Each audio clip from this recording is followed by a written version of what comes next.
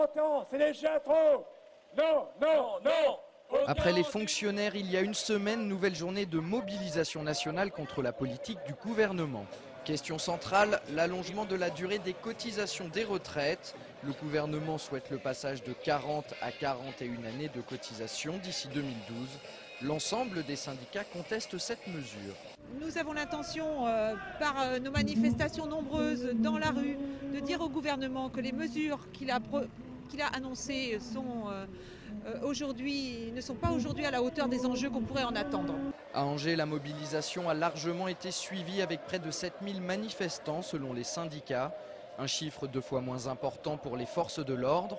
Au cœur des revendications, il était notamment question de solidarité entre générations.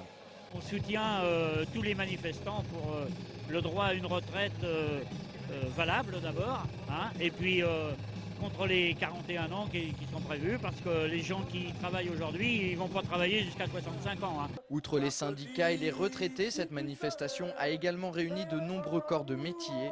Exemple avec le monde hospitalier pour qui cette mesure remet en question le départ en retraite à 55 ans.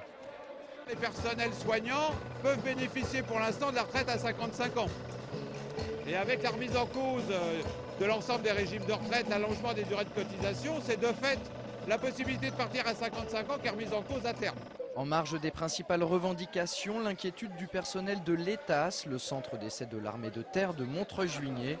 Ils manifestaient contre la possible délocalisation de leur centre vers Bourges. Ils prévoient par ailleurs une journée d'action le jeudi 29 mai prochain.